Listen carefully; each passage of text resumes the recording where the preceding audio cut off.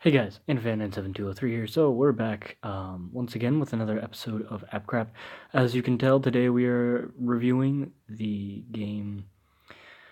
It's in a series of a dime a dozen games, all made by the same game developer. This one is specifically, I believe, the Extreme Driving Simulator or Extreme Car Driving Simulator, something along those lines. Each and every game is almost identical, just with different settings, and each car is unlocked differently in each of them. It's the same, methods to unlock everything. It's just one time the Jeep will be unlocked this way, but next time it's,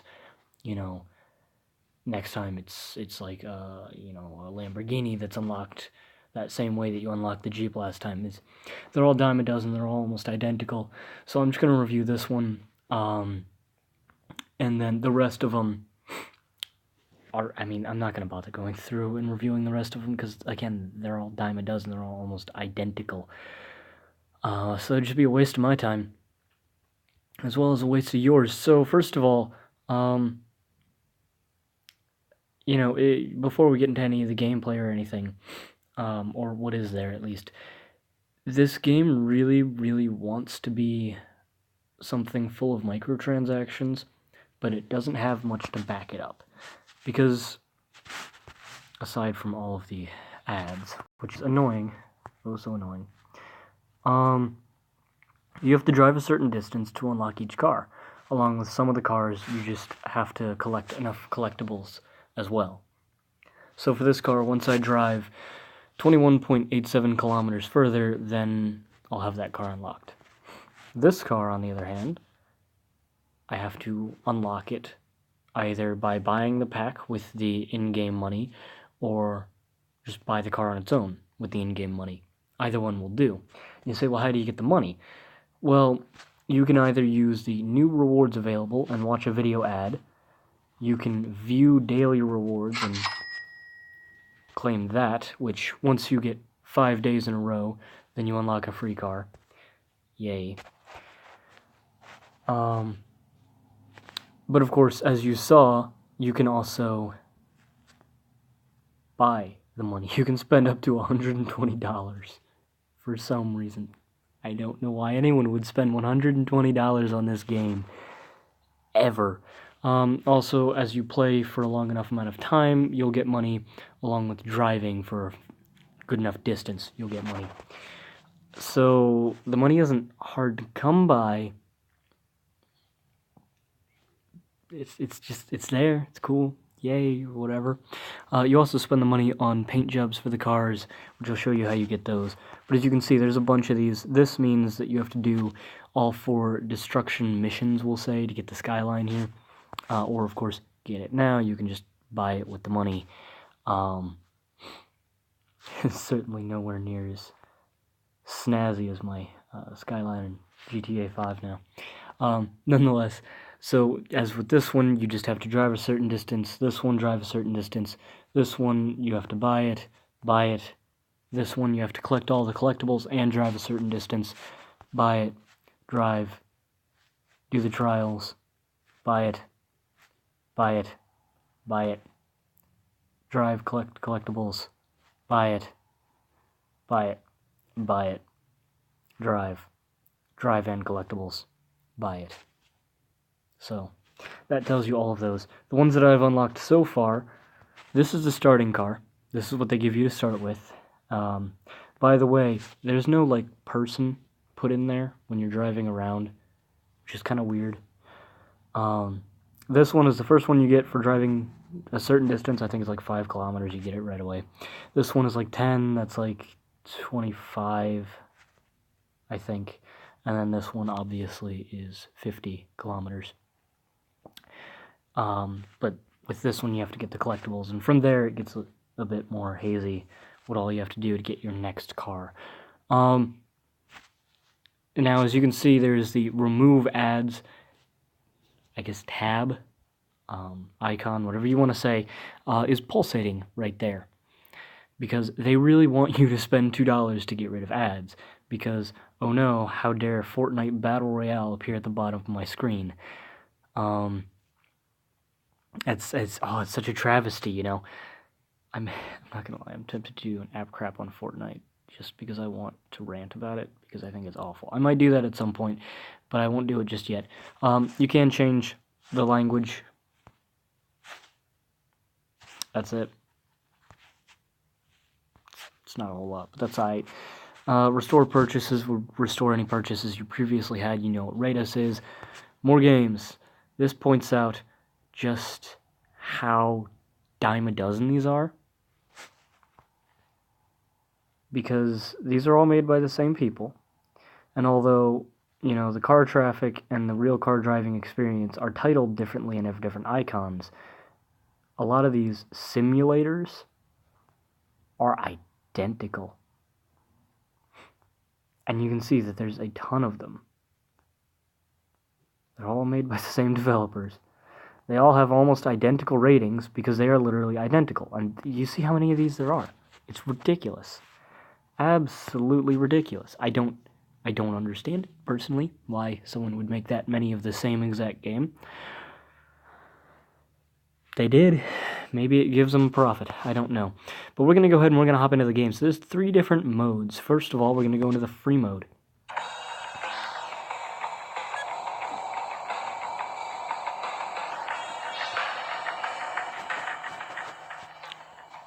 I had that louder than I thought I did. So the music is a bit much, considering there's nothing going on, and you're just driving around. As you can see off in the distance there at the end of the street, there was pop-in, because the render distance is god-awful.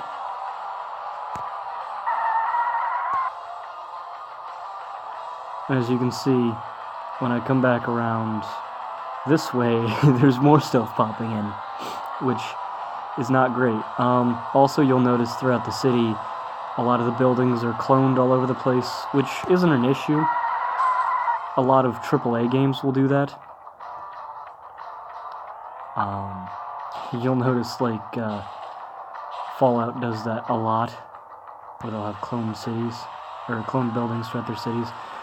But we're going to go ahead and we're going to stop the car here real quick, and we're going to reverse it so you get a good look at the front here, where, yeah, you can see it's a little mangled, because the cars do take damage in this game, which is actually kind of neat. By the way, you can turn off your headlights with this little button here on the left. That kind of looks like a speeding bullet. Since we're just looking at the front of the car, it's fine.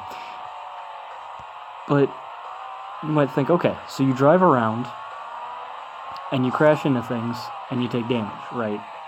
We'll see the front of the car here, it's taking damage. And you can take damage wherever the car impacts anything. There are spaces where you can get your car to flip, and if you get your car to flip, then you can get damage on the sides. In this case, there's not a whole lot of damage on the side, but the front is pretty mangled. This kind of redo little arrow, the arrow going in a circle in the top right, it'll flip your car upright and then drop you down on the ground all in one instant, which does mean that you can use this to fly, and is kind of great, and I love it very much. It's ridiculous, it's stupid, it helps show how bad the pop-in is, and it absolutely breaks the physics. But you'll also notice that whenever you start to break up your car too much, you can see through the car a little bit. If I really bash up the back end here, let's see if I can launch myself here real quick, see how badly we can break it. As you can see there, you could see through the back. Yeah, ads will pop up while you're doing your thing. I think it's ridiculous. But it is what it is. I think it's just stupid. I don't know what this is an ad for, but this looks kind of dumb. I gotta be honest. Oh, it's an ad for multiple things, isn't it? Yeah, it is. Okay, that explains a lot. 'Cause I was gonna say that all does not seem like it goes together well. Just an ad for HBO. But if I get a good angle on it, you can see, and you can see it a little bit right there.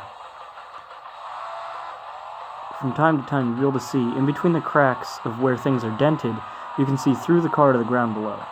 which means you're going to be able to see the green grass and such, which is interesting. I'm not going to say it's a huge issue, but it points out how bad the graphics are, as well as the fact that this whole time I'm just holding down the accelerator. And you saw what happened there. The physics are not great.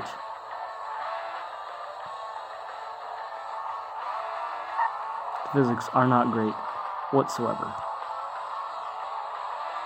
The physics are actually kind of terrible, but that's alright. Can't say it's the worst I've seen, so. So you say, okay, so we have a bashed up car here. Now what? Well, if you want to fix it, because you don't want to be able to see through the car, which, if I pull over these white lines here, you look through the rear bumper there, you can actually see the white line through the cracks in the bumper. Which you might think, oh, that's really cool. But then you realize, no, what they did with the model is as it gets crushed and torn apart, it's just panels of the model, very small panels that create the entire model. So then as it bends and breaks, some of those panels then don't connect the way they normally would.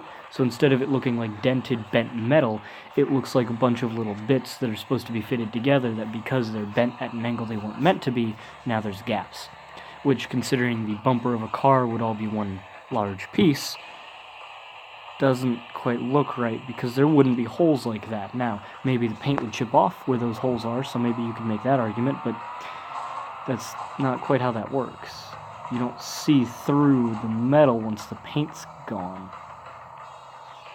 It looks a bit strange, to say the least. So, if you want to fix all that, you just hit the little wrench there, and your car just morphs back into its original shape. Which is an interesting mechanic, to say the least. But, you know, it is what it is, I guess. Now, if you drive into one of these, this is how you change your car's color. As you can see, you can change it to anything you want on this entire spectrum. You can make it a nice black, you can make it a nice white, you can make it a nice, like, more pinkish, you know, a red, a green, yellow, blue, teal, whatever. You can make it match the brake pads if you want, if you can line that up just about right. Make it match the brake pads, or the brakes. But as you can see, you can either watch an ad to get it for free, or you can apply the paint job for 50 of the in-game money. Now, if you restore the stock paint job, it restores it to how it was originally. If you just hit the little steering wheel, it kicks you right out, and you keep on driving. Oh, and by the way, if you're already in here, you can still go right back in. The camera thing there takes a picture, obviously. Why you would want that, I don't know, but it does. Obviously, there's the pause up in the top right corner, and the little camera there that looks more like a video camera than a photo camera changes your point of view. So you can either do a normal third-person driving point of view. You can do, like, right next to the wheel here for some reason. This is a very strange point of view, but it's here if you want it.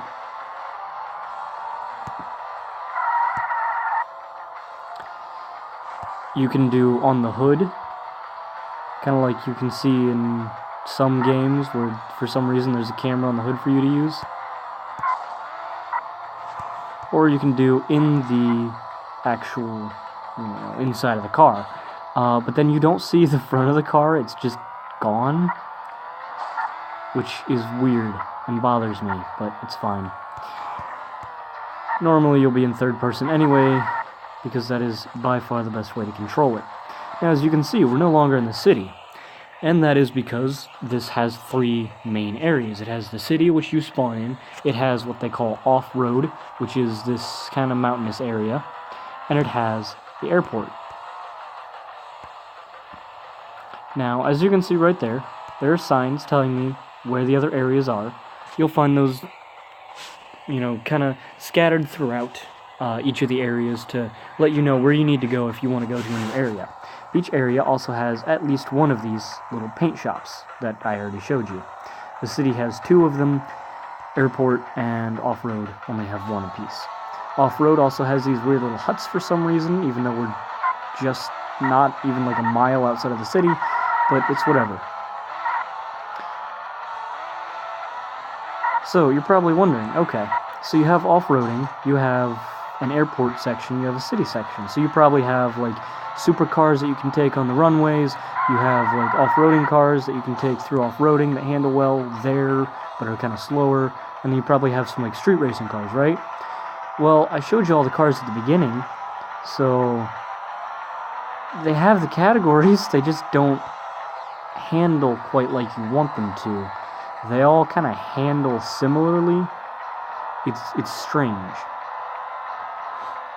Now, the airport, oddly enough, has a bunch of these weird, like, stunt ramps and stuff. I'm not sure why, but it does. Depending on the car's speed and whatnot, that'll help tell you if you're going to be able to pull off the stunt. If ads don't show up. And, yeah, I mean, they're all over the place. Now, to be fair, using these stunt ramps, you can collect some of those collectibles that I was talking about that you use to unlock some of the cars. But, with that said, unless you're just going to be going for collectibles, there's not really much point to them. Unless you want to, like, let's use this one over here, this blue one we're coming up on, as an example. You can really only use them to collect collectibles or to mangle up the car, which, sure, if you're just trying to see how destroyed the car can get, that's nice, but what else is the point here? Whoa, cool, I slammed onto the ground, and I mangled up the car more. There's not much of a point there. So you might say, well, okay, so what is there in the game? And as you saw while we were in the city, there were a few little circles on the ground, and you see that there's one over there. Those are the mission circles, and they each do their own little thing, but they're all based on the same core concept of driving a very destructible car from point A to point B. There is nothing interesting, there is no racing, it is you and you alone. Now, there, as you saw in the main menu, was a traffic mode, which adds in pedestrian cars. But I'm going to go ahead and I'm going to show you how cars react just while we're in this mode, because there are cars that you can find, just they're parked cars. There is a car garage here in the airport, as well as a few other parked cars scattered around. As far as I found, there are none in the city, and there are none in the off-road. Why there are no cars in the city, but there are some here at the airport, I have no idea. I'd tell you if I could. The funny thing is, they're not even cars that you can unlock. Like, you can't... I understand why you can't use the ambulance and why you can't actually use a police car, but still, they have these fully rendered models. They're designed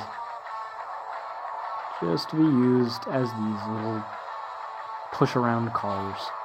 They don't do anything, don't get destroyed. Both wheels are connected as one large cylinder piece. It's just weird. I can't say that I see the purpose. So you're probably wondering, well then what's the point of the game? Well, this is it. The driving. So, if the driving looks appealing to you, then maybe this is for you. If this is something, you want to just drive around, then go on ahead. If you want something more substantial, you're not going to get it here. Because it's just driving around in a dentable car. It's not destroyable. You can't blow up the car. You can't get it to a point where it won't function. It's just, it'll keep getting mangled until it's just a blob of, like, bent up pixels that's just flying down the road. So, really, when it comes down to it, although the core gameplay itself, the driving is decently well done, it's all the game really has. So although there's nothing of interest, at the same time I can't say that this game isn't for anyone, because it kind of is for some. Yes, it did just suddenly change to night, it does that on occasion, and it'll occasionally turn to day. It's really quick and jarring like that. I don't like it, but it's a small nitpick, really. Overall, if you're going to get this game, you're going to get this game because you like how this driving feels. Which, it doesn't feel terrible. I kind of like it at times, but other times it's too loose.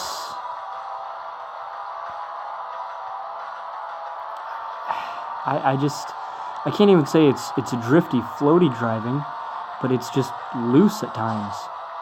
As you can see, these cars also just nothing. They're props. So if you want to make stunt jumps in a dentable car with pretty decent driving mechanics, then maybe this is the game for you.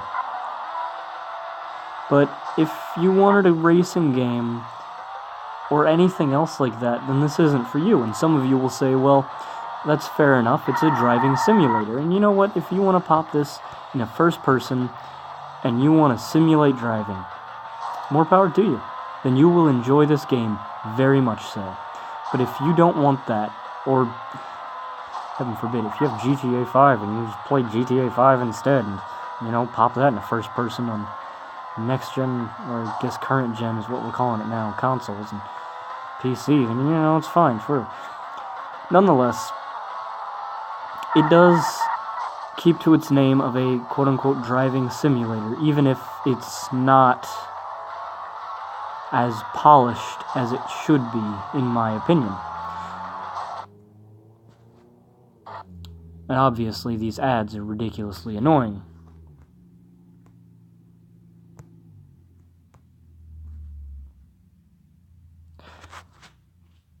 And the UI is not great. So, overall, what do I give this game? Well, I'm gonna have to give it a 5 out of 10. That's not a bad score by any means. If you know how I treat scoring, it's not the way IGN does, where a 7 is an average, because that's ridiculous and stupid. It completely skews the scale and makes everything seem so wrong. No, 5 out of 10 for me is an average game.